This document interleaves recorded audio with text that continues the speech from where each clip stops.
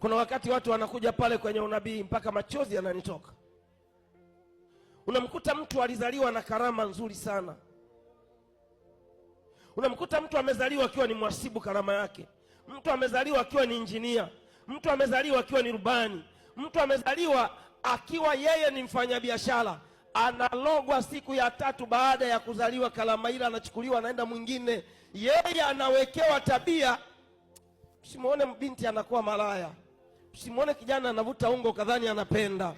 Hakuna mwenye akili timamu anayetaka kufanya mambo mabaya. Kuna jambo limefanyika kwenye maisha yake. Usije ukamwona baba mtu mzima anakosa mpaka hela ya kulipa kodi ukadhani kwamba ajielewi. Usije ukamwona baba mtu mzima anakosa mpaka hela ya kusomesha watoto wake ukadhani hana akili ya kutafuta hela.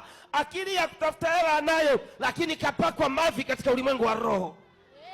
Kapakwa kinyesi katika ulimwengu wa roho.